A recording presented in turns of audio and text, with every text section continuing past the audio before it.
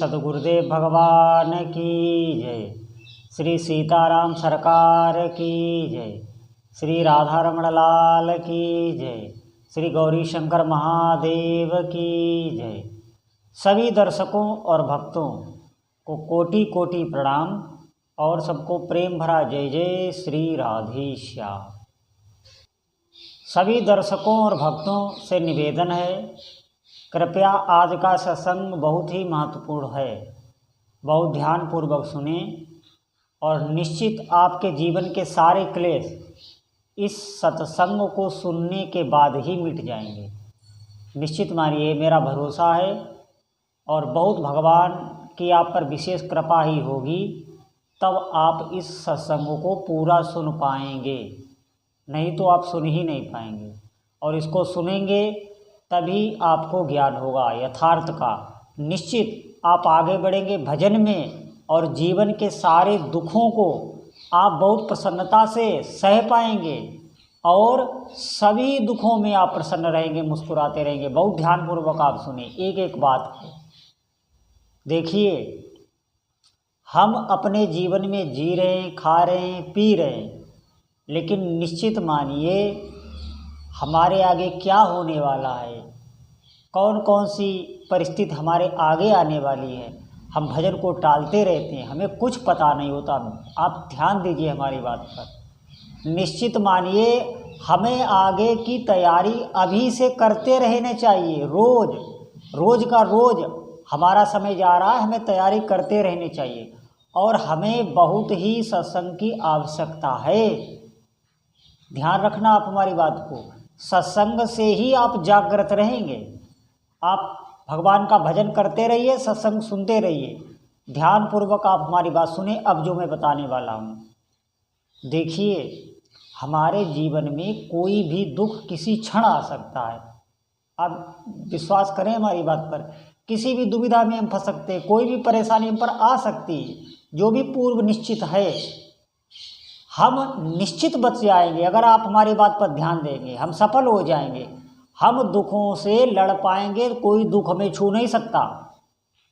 हमने देखा है, आप विचार कीजिए, आप उस माँ की तरफ विचार कीजिए जिसका एक ही पुत्र है और वो अकेली, कोई नहीं उसका, वो भी पुत्र उसका सीमा पर लड़ाई कर रहा है और वो अकेली है।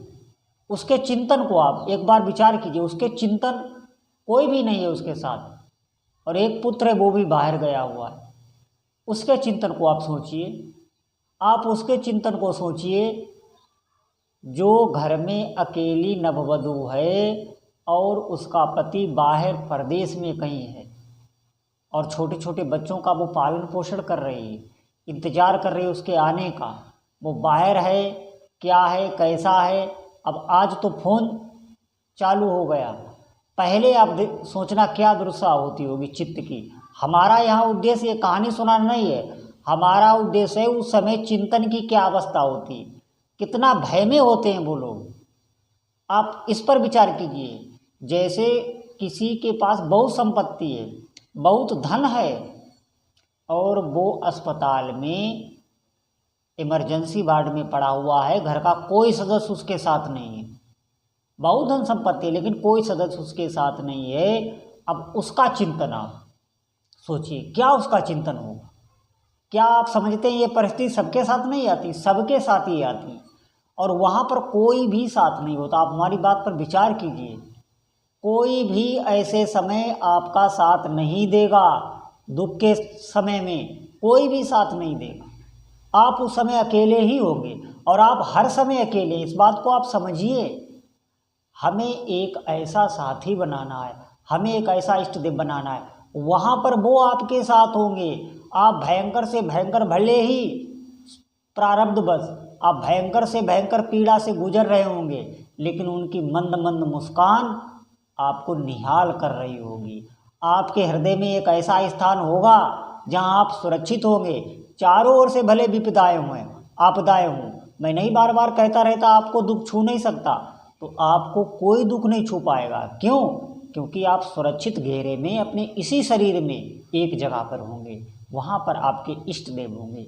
इसीलिए मेरा बार बार कहना होता है कि ऐसे साथी को बनाइए जो परम सुंदर है, परम मधुर है, सर्वशक्तिशाली, सबसे शक्तिशाली है, और वो वहाँ पर भी आपके चिंतन को संभाल लेगा। वहाँ पर कौन होता है, विचार कीजिए। ऐसी अवस्था में जब हम अकेले पड़े रह जाएं या कहीं हम अकेलापन महसूस कर रहे हैं, चारों ओर से विपदा है, कोई साथ नहीं, ये तो मैंने पीछे उदाहरण दिए। मेरा कहने का मतलब है आप इस बात को सोच के देखिए कि वो लोग कितने भय में रहते हैं। क्यों? क्योंकि साथी जिसको बनाया है वो हमेशा साथ रहने वाला नहीं है। इस संसार में भी आप देखिए, जिसको आपने बहुत पसंद किया, जिसके पीछे आपने अपना पूरा चित्त दिया, पूरे कर्म दिए, पूरा समय दिया, क्या उसको आप रख पाते हैं? उसके कर्म उसे अलग ले जाते हैं, आपके कर्म आपको अलग ले जाते हैं।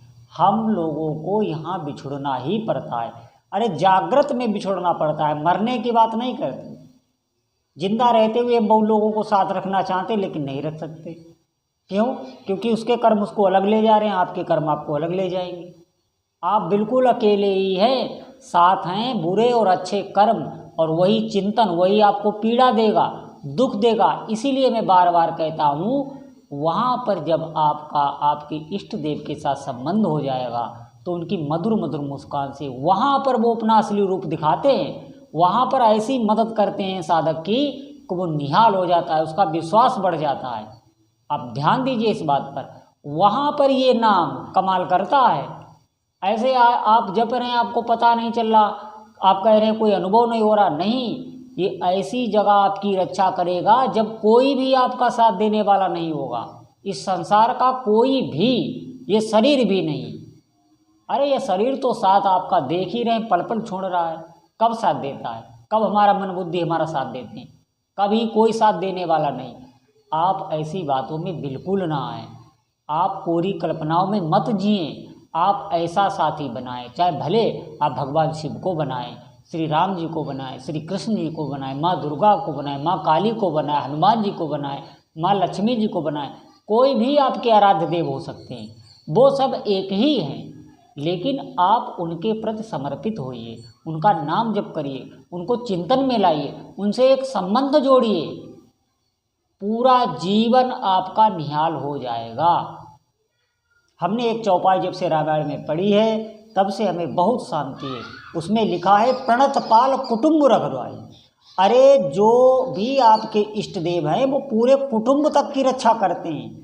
अब आप कहेंगे पूरे कुटुंब की रक्षा क्यों करते हैं? वो इसलिए करते हैं कि हमारा भक्त जो है इसका संबंध कुटुंब से, उनमें इसकी आसक्ति है। जब उनको दुख होगा तो हमारे भक्त को भी दुख होगा, और हमारे भक्त को दुख होगा तो भजन में भी विघ्न पड़ेगा। तो भजन की रक्षा के लिए इष्ट देव परिवार तक की रक्षा करते हैं। परिवार की बात छोड़िए, आसपास तक की रक्षा करते हैं। आप इन बातों पर ध्यान दीजिए, भजन में लगिए, कोई साथी नहीं, और संबंध ऐसे से बनाइए जो अजर है, अमर है, जो आपको भी अजर अमर कर देगा। अरे जिसका साथ करेंगे वही तो मिलेगा। अरे ऐसे अविनाशी का साथ कीजिए। पहली बात तो ये सोचिए आप अविनाशी हैं ही, पहले से अविनाशी हैं, लेकिन हम भूले हुए हैं, हम संसार शरीर में भटके हुए हैं। तो हमें क्या करना है? हमें अविनाशी का साथ करना है, तो आप भी अविनाशी हो जाएंगे। जैसा करो संग वैसा चढ़े रंग, तो आप नाम का संग कीजिए, आप खुद वैसे ही हो जाएंगे, और वो आपकी ऐसी जगह रक्षा करेंगे। अरे ऐसे ऐसे दुख में वो ऐसे ऐसे आपके अंदर भाव ले आएंगे कि आपको देखकर लोग हैरान हो जाएंगे कि अरे इस पे तो कोई फर्क ही नहीं पड़ रहा। ये चीज़ें संसार से नहीं आ सकती, धन इकट्ठा करने से नहीं आएंगी, ये चीज़ें साधना से ही आएंगी। इसलिए मेरा बार बार सभी साधकों से निवेदन है, आप हमारी बातों पर ध्यान देना। हमारी बातें हो सकता है आपको कभी कभी कड़वी लग सकती हैं, लेकिन नहीं, आपको सत्संग सुनते रहना है, आपको भजन करते रहना है। बहुत अमूल्य निधि है, ये ऐसा धन है जो ऐसी जगह पर काम आता है जब कोई काम नहीं आता। जब संसार का कोई धन भी काम नहीं आता, तब ये धन, नाम धन काम आता है। यहाँ छोड़िए, यहाँ तो आएगा काम ही, परलोक में काम आता है, जहाँ कुछ भी काम नहीं आता, ये शरीर तक नहीं जाता, सब कुछ यहीं छूट जाता है। वहाँ भी आप निहाल हो जाओगे, आपके इष्ट देव के पार्षद आपके साथ होंगे, आप हर्षित होगे, आप आनंदित होगे, आपको आनंदित करते हुए वो ले जाएंगे। विश्वास रखिए आप बिल्कुल निश्चिंत रहिए, हर अवस्था में आप संभाल लिए जाए हुए। अगर आप अपने इष्ट देव के प्रति समर्पित हो, समर्पित होने का मतलब है कि हमें जीवन में उन्हीं को पाना है, इसलिए उनका नाम जप करने, हमें उनसे संबंध बनाना है, वो हमें अपना लें, वो हमसे प्रेम करें। जैसा हम संसार में संबंध बनाए हैं ऐसा हमें इष्ट देव के प्रति संबंध बनाना है। इसी को समर्पण कहते हैं। आपकी एक डोरी बंध जाए और उसका सबका मूल नाम है। नाम आप करिए, नाम आप सब कुछ करा देगा। कई बार हमने कहा नाम डोरी है और हमारे प्रभु पतंग हैं। आप खींचते रहिए रोज का रोज, एक दिन आपके हाथ में होगी। जैसे पतंग हाथ में आ जाती है डोरी खींचने पर, ऐसे ही आप नाम को रटते रहिए, इष्ट देव आ जाएंगे और फिर आप निहाल हो जाएंगे। निश्चित मानिए जीवन धन्य हो जाएगा। तो हमारी इस बातों पर साधक ध्यान दें और भगवान नाम में आप जप करें, रुचि लें। भगवान आपका मंगल करें, आपकी नाम में निष्ठा बढ़े और नित्य रोज का रोज आपका नाम संख्या बढ़े। बोलो जय जय श्री सीताराम।